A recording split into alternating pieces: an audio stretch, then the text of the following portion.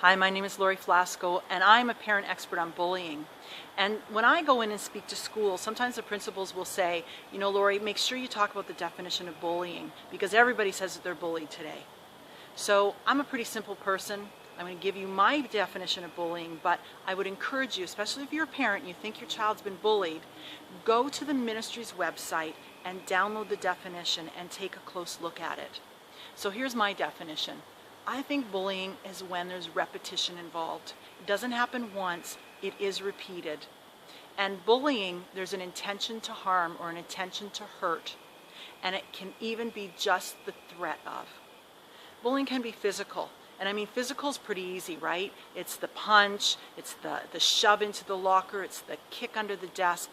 In my daughter's case, she was pushed off of the bench in assemblies. She was hit over the head sometimes with books.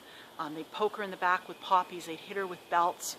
One little boy, he's just in junior kindergarten, and Mom was telling me how he was in the bathroom and the older kids came in and they just opened the door and he was exposed and they took his shoes off and they threw them into the toilet.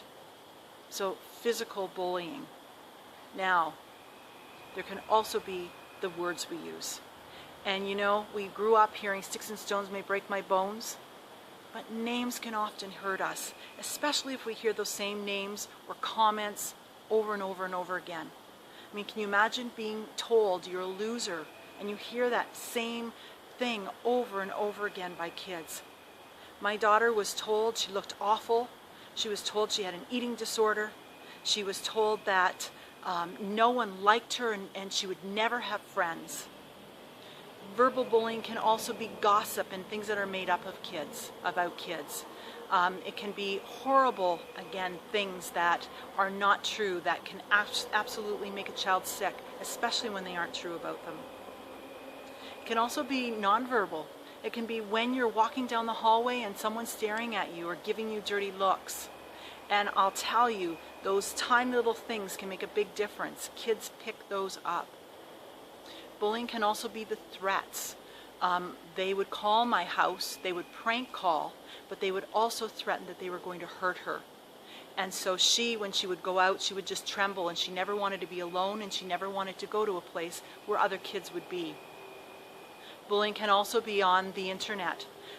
They created a website about my daughter and they voted her the most unpopular kid in the class. And we see how sometimes pictures are taken and they can be changed or altered. Or photos that are only meant for some kids have been spread and shared throughout the internet. Bullying can also be on the internet. It can be texting. It can be kids sending and saying horrible things in a way that maybe don't identify your child, but your child and everyone else knows that they are meant, or those comments are meant strictly for them. Now, I said bullying is repetition. It doesn't just happen once. I mean, we've all made mistakes, right? We've all said things that maybe we shouldn't have said, but it's one time. Bullying happens when it occurs repeatedly over and over again. Now, that does not mean that one event that can be, horrible to a child, even if it doesn't meet the definition of bullying, still does not need to be taken care of. And consequences and, mediation sometimes need to happen, or that other child needs to apologize and make things right. So, download the definition of bullying and take a look. Does it match what's happening to your child? Now here's the other thing. There's a continuum. On one side of bullying, I remember when I was a girl growing up and my best friend no longer wanted to be my best friend anymore, and it was the worst thing in the world, and it hurt me so deeply. Is that bullying? No. But if my best friend started to make up rumors and lies about me, or told others they couldn't hang around with me, or started to gossip about me, then it would start to become bullying. Now on the other side, I remember there was a boy that I went to school with who would call me names constantly, and he would rip the buttons off of my coat. Now that is clearly bullying, but here's the thing.